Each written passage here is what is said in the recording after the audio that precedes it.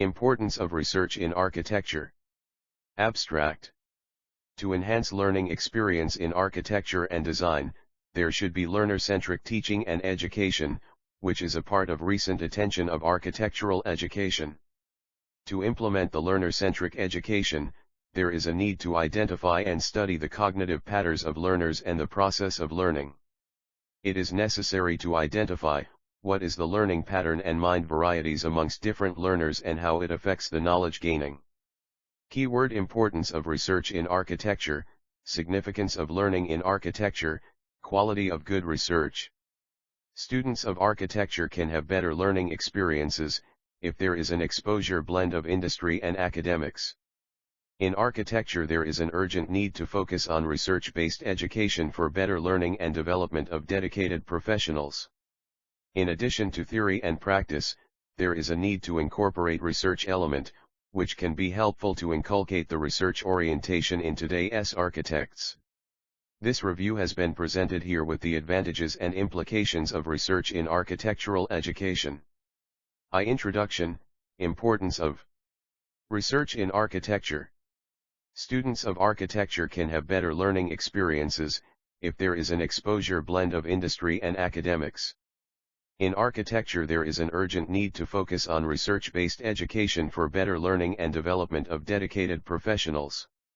In addition to theory and practice, there is a need to incorporate research element, which can be helpful to inculcate the research orientation in today's architects. This review has been presented here with the advantages and implications of research in architectural education.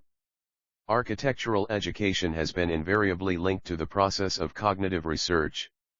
To impart knowledge, a person needs to acquire one. The process of acquiring is continuous and provocative. The more the individual critically analyzes the subject, the more value it adds to architecture as a profession. Architecture as a realm is very subjective, as there are no wrong answers and it is all based on individual's perception to judge the conscience. To rationalize the opinion, a mind that inquires and investigates is of utmost requirement. Vivek Karmakar. Sawan Kumar Sharma. Institute of Modern Technology. Lucknow, Uttar Pradesh. The current state of architecture and design requires extensive collaboration and an investigate attitude, and we continue to develop new research and technologies. Zahadid. The mythical gap between research and practice is felt by many legendary architects, and the notion is still the same. The two hypothetically bridged realms need to be implemented in a single process and worked for the betterment of fraternity, as the involvement of research in design will help to rationalize the need of the architecture and justify its purpose rather than succumbing to modern real estate needs. Architectural theoreticians are largely criticized in our country and perhaps taken as negative criticizers, and their analysis is not constructively utilized, as the group performing research and design are two separate entities. The process is never intertwined and parallel. The missing link to merge the two entities together is the dire need for the contemporary architecture, where you look upon the precedent and infer and analyze the by and future product. The qualities that should be implemented and the ones which should be diluted in the process is not justified because of the lack of inquiring minds and deep research on the specializations. Here, the review presents authors' own and experts' views on the implications and applications of research in architecture education. Current status: the fraternity considers research and practice as nearly two sides of the coin, but always considers one side when any project is executed. The pre- and post-analysis is the almost missing concept in Indian scenario. The thorough understanding of the spatial narratives that the space design involves and the manner in which their research can be productively applied to the building industry is still not considered as a possible task. The project reports are never referred once the project starts, and the research becomes a background once the physical architecture takes shape.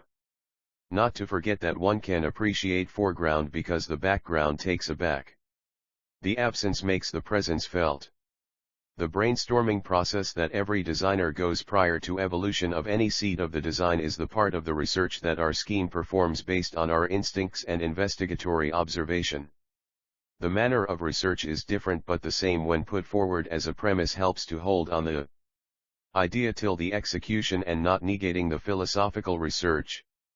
The premise set up for research is more mythological in all the architecture schools and not taken as a clear analysis for the evolution of a new thought and new technology. Relating to the process of the past and creating a new future is only possible if the past is analyzed and suitable imprints are carried out. Architecture is not just the building industry but a continuous process of evolution of better and better hierarchy of spaces that serves for the betterment of mankind.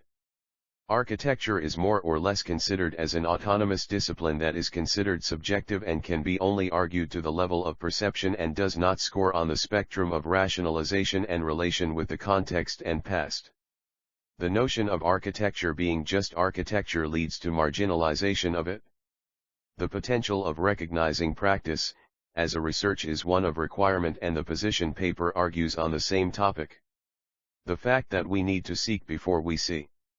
The intention of asking what we want to see is very important, as in contemporary context and information technology where knowledge is easily exchangeable and it is one form of economy, the act of seeing and observing has to be pre-thought. 2. Significance of interdisciplinary learning in architecture. Vitruvius in his first book of architecture mentions the interdisciplinary understanding of various other allied fields for the successful execution and understanding of architecture. 1. The fact that architecture dwells both in art and science and it cannot be bifurcated. It becomes important to find precedents and references in both. The creativity when merged with technology gives rise to competent architecture, which is sound in both research and practice. The Vitruvius opinion is not only true for architectural education but also an imperative in architectural research education too.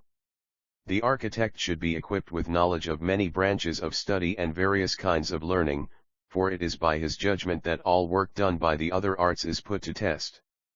This knowledge is the child of practice and theory. Vitruvius historically, the epistemological diversity of architectural research, ranging freely between hard and soft, between fundamental and applied research, has perhaps been a disadvantage or a source of perceived weakness too.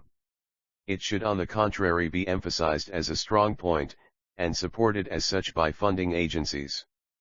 The intertwining of the practice concerned and reflective and rationale reasoning need to be core for the architectural education. The architectural research community may have been very well blind to this relation, due to the inherited strict distinction between science and art in modern thought. 3. If architectural research is understood as the knowledge creation, rather than in terms of science or art, it is possible to bridge the unproductive separation between science and art in research and accept that it navigates multiple paradigms or systems of inquiry. 4. Understanding the legendary author Francis D.K. Ching, and his popular book 5 having detailed and well-crafted architectural documentation and the fact that the templates were made by him as a course material for teaching the subject allotted to him at the Ohio University when he was stationed there as a part-time faculty. The grassroots understanding of the matter and its deliverance made him the subject matter of discussion till date. Every architecture schools considers the book as a Bible and must read for all their architecture students. Similar practice of hand-drawing the same templates again and relating with the research of Ching rationally deepens the knowledge and adds to its richness. Being an architect, I have been doing the same practice as a part of my daily riyaz and making new inferences every time the same line is drawn. The line speaks for itself and celebrates its presence. This experience, once forceful, now practice, has been a prominent trigger for the desire to inquire and analyze and formulate in the manner of research for my case. Being rooted to a vernacular background, self-learning and experience have always been the best teachers. The inquiring mind of an architect is being practiced by the subconscious activity as nurtured from childhood. The new movements and facets of architecture brings about new challenges every day, and the capability and ability to read the answer in the problem is the outcome of a well-researched mind. The ability to relate and join the dots of the precedents and weave it in any thread has been the best outcome of any research inquiry. The research helps to position the rational mind to positive criticism and give opinion, which is not biased. Constructive criticism is always accepted as a seed to a new germination and towards a more anticipated growth, as the outcome is backed with various logical reasons and its supplementary answers justifying the process. Designing is a matter of concentration. You go deep into what you want to do. It's about intensive research, really. The concentration is warm and intimate like the fire inside the earth, intense but not distorted. You can go to a place really feels it in your heart. It's actually a beautiful feeling. Peter Zumthor. The fragments of collective inferences when tied together makes the complete process of design, and the same when executed makes the user feel the same journey which the architect has weaved for them. The notion that architecture speaks for itself and there is no need of the written documentation and research is a debatable, because to be able to make architecture speak, architect has to first understand what they want their building to speak. For the same, they need qualitative and quantitative process to arrive at the scientific conclusion, which convey the response of architect to the place and problem. Architectural education being digitalized and the fact that the hand-drawn information is minimized, it is very difficult to transfer your thoughts in the programs that one feeds information in. The same logic is applied in that case as the program works on what a person feeds it to, but for the fact that designer needs to know what is to be fed is an outcome of logical reasoning encountered by research. Similar changes need to be made to architecture curriculum, where research need to be made a mandatory requirement for the evolution of the architecture that the student practices and for the involvement of the student in the various architectural movements and its impacts in architecture. Architecture, being a multidisciplinary realm, dwells in many facets with its varied roots pulled to humanities and its evolution. Every qualitative research gives a new dimension to the fraternity as it affects the movement of architecture of that era, being influenced by the past and further influencing future architecture. It has become more important that research is considered as practice and practice backed up with research.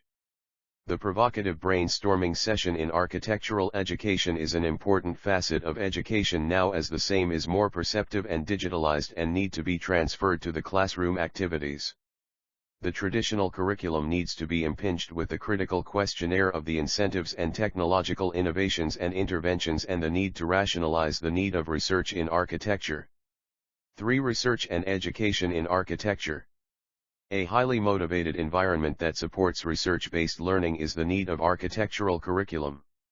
The traditional classrooms have been questioned for the need of out-of-the-box learning and not being influenced by any impossibility or restraint of thought. Creation of learner-centric environment that actively promotes students to higher education and qualitative and quantitative research. The academicians have a high role in making student to explore the non-traditional and sensitive realms that is the need for architecture. The understanding of how to transfer the gathered information of research to productive design techniques needs to be filtered by the academicians to the students. Out-of-box teaching needs to be backed up with long-term goals of improving learning skills of students by academicians who can themselves bridge the gap between research and education and transfer it in novel way. Education system in architecture is often overlooked to be similar as other disciplines, though it is evolved from science and art, but it needs to be manicured for its dominating presence. The research/case study that the students perform before evolving the programmatic requirements which eventually helps them to understand precedents are majorly lost in the process when it comes to execution of it as their design. This is a major claim by all academicians that the students do not do justice to the references, as the outcome is nowhere like the precedent or seem to be inferred or studied upon. Architectural education focuses more on quantitative grades and merit-based scholarship, which needs to be modified to qualitative research-based creative design. Majority of the time students bring innovative ideas, but they are lost in process of execution as there is no backing of research-oriented understanding of the idea and the manner in which it needs to be executed to suit their idea. The result of which is the idea remains as idea and is not transferred to the design. Academics believe that research and theory is one of symbiosis, mutuality, and synergy, especially when researcher's activity is increased in quantity and quality. 6. They reveal that lecturer's research activity enhances knowledge currency, credibility, competence in supervision, motivation, and salience. 7. The very prominent studio culture in architectural education values project appearance instead of the actual design process. The creditability of project appearance is also to the fact that the designs are now referred as exhibits and less for the matter of understanding. The spectacular moment is not only related to the urban design but in design and architecture as a matter of outcome also. The rule of aesthetics is being applied in the product rather than the sensibility of the spatial qualities and making the product overall beautiful both functionally and aesthetically. The advancement in architecture understood with research and implementation also has many advantages to both the sides of the coin, management and the academician, as the two-way link as described by Roland, 1996.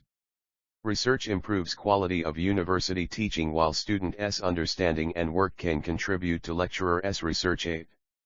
Criticisms are mostly centered on the observation that students show no interest in the design process and tend to focus on form making. As a result, efforts to teach design methods and to restore the balance between creativity and rationality in the design process have failed. 9. The reason is related to the difficulties associated with the implicit nature of conventional design methods. These difficulties, which are common in architecture schools, include the lack of a clearly defined design methodology and the misunderstood role of the systematic approach to design in the studio. The implementation of research and theory is long-term effort as continuous motivation, correct approach, inquiring and rationale mind, ability to ask correct questions leads to a qualitative research. The implication and applications of the same have to be well programmed and framed by the academician to transfer the knowledge. The basic qualities of inquiring mind as listed before in the position paper can be related to the many facets of research development as follows. The practice of architectural research involves a continuous process of intertwining systems of working which involves the above-mentioned stages. Identifying the research area and asking correct questions for the same is very important to get relatable answers.